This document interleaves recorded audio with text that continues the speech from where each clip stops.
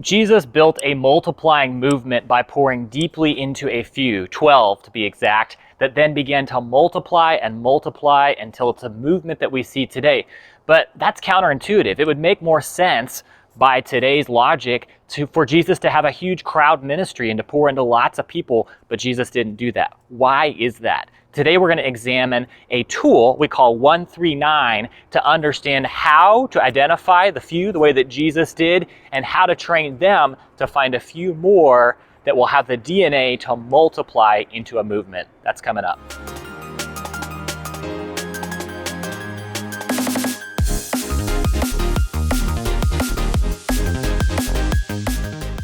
Hey there guys, welcome to the channel and welcome to the Multipliers series, in which we are talking about what it looks like to become a multiplier in the kingdom. And this presupposes that there's a reason for choosing this strategy, and at the heart of it, it's because that's what Jesus did, right? So today we're going to look at how did Jesus choose a few, why did he choose a few, and then how did he train them to find a few more. And to do that, we're going to look at a section of scripture found in the book of Mark 1 through 4, that we've been looking at as we've been examining the way that Jesus made disciples and the way that he raised up multipliers in this series so far. So let's go to Mark 1. So as Jesus begins to make his disciples, he's walking along the seashore and he begins to see these brothers sitting there. In fact, a couple of pairs of brothers. And then he begins to talk with these guys and he says to them, "Follow me." He gives them this command. He begins to exhort them to follow him and that he would make them become fishers of men. And then he keeps walking. And then he comes upon some other brothers and he begins to give them this same command and this same exhortation and promise to follow him and that he would make them become fishers of men. So he's giving them a task to do, right? What is that task that he's calling them to? Well, it's twofold. It's to follow him. So literally, to be with him, to follow him. And then number two, that they're going to become fishers of men. That there's a process of transformation and formation into the kind of task, into the kind of role that he's called them to be. And that's going to happen as they follow him. And now he walks on. He's looking to see who are those that are going to respond to this task and follow him and become fishers of men. Okay, so then here's what's interesting. Jesus sees that these guys might begin to follow him, but he doesn't then just call them his faithful disciples and begin to just invest in them. In fact, time passes. He's continuing to do the work that God has called him to, and he's looking to see, are these guys going to follow? Are they going to begin to put into practice the things that they're learning and watching and seeing me do? And then it's not until Mark chapter 3. So we're talking a couple chapters later and time has passed. And now he goes up on the mountainside. There's a huge crowd gathered around him. There's a lot of people who have come to hear what Jesus is doing and to learn from him. And he calls 12 out from the crowd. And these are some of those guys that he has called to follow him, that he might make them fishers of men. So he's called them once. And now he is calling these 12 out from the crowd. And specifically, he's going to give them more time to do this same task. See, notice he's called them that they might be with him, and then he might send them out to preach and to cast out demons. In other words, he's doubling down on the same task that he gave them in Mark chapter 1. He's called them to follow him and that they might become fishers of men. So now he's going to spend more time with them. They're going to be around him as they follow him. He's investing more deeply into them so that they can accomplish that same task. He's now going to send them out to preach and to cast out demons, to proclaim and demonstrate this good news. So Jesus has called them to a task, and he's done this by sowing seed, a lot of seed, sharing the gospel with many, many people, and he's looking to see who are going to respond to that. And now, having seen the fruit of their response, he's going to pour more deeply into those few and help them to accomplish that same task that he's called them to and model for them how to do that with others. So now Jesus has got his few and he is wanting to train them to lead this movement.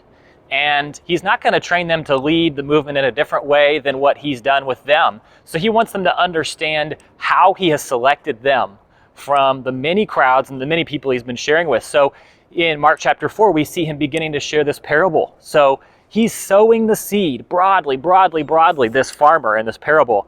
And the seed falls on many different kinds of soil, and only one out of 4 different kinds of soil bears fruit. And so Jesus then begins to just talk about this parable and unpack it with his disciples because they don't understand. They're like, what is this about, Jesus? And so he needs to explain it to them. And so he says, be careful what you hear. For the measure that you use, it will be given to you.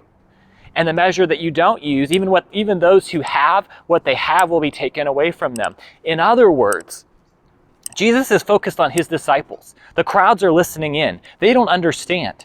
But Jesus wants them to understand. Do you see these crowds? Here's what I'm doing. Here's the way that I've modeled to you in my ministry so far. I've sowed the seed broadly with many, many, many people. Lots of seed. And only a few begin to do something with what they heard. That's you. That's been given to you. You disciples who are hearing this right now, you are the ones who the secrets of the kingdom have been given. And so as you are called to make and multiply more disciples, do the same. Share the seed broadly, widely, with many, many people. And then you're going to find a few who are going to begin to take what they hear, what they learn, and they're going to do something with it. So look for those who are careful with what they hear and begin to respond to it. So Jesus is now teaching them how to be a multiplier and find more disciples. So he's called them. He's called them into a specific activity, into a task. And then having seen their response, he's now investing more time with those who have responded in a witness. He's spending time with them, and he's beginning to give them opportunity to go out to preach and to do. And now he's training them to understand what he's been doing so that they can do the same thing with a few more disciples. So the shorthand way that we communicate this concept and the model of Jesus to our disciples is 139.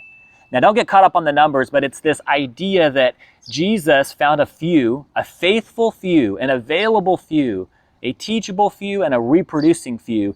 And of those few who began to respond with those specific responses of faithfulness, that they began to do something with what they heard, they were available, they carved out time in their life, they made space, they were teachable, they wanted to learn and to grow, and they had the fruit of actually reproducing, to work to become the kind of disciples that could pour into others. Having done that, Jesus now invests in them and helps them reproduce to others. So we use this idea of 139. So finding a few that are those qualities and then training them to find a few more that are also those qualities by sowing the seed broadly, the same way that Jesus did, in order to find a few that would reproduce into the lives of others. So in these few chapters of Mark, we learn not only how did Jesus find a few disciples to pour into, but then how did he begin to spend time with them, and how did he begin to train them to find a few more. This is going to be the model for us too, right? We're not going to multiply disciples in any way different than how Jesus did it. So I hope that's helpful for you guys. Go and find the few, not by choosing a few, but by following the pattern of Jesus, sharing the gospel widely, casting vision widely until a few begin to respond, and then train them to do the same.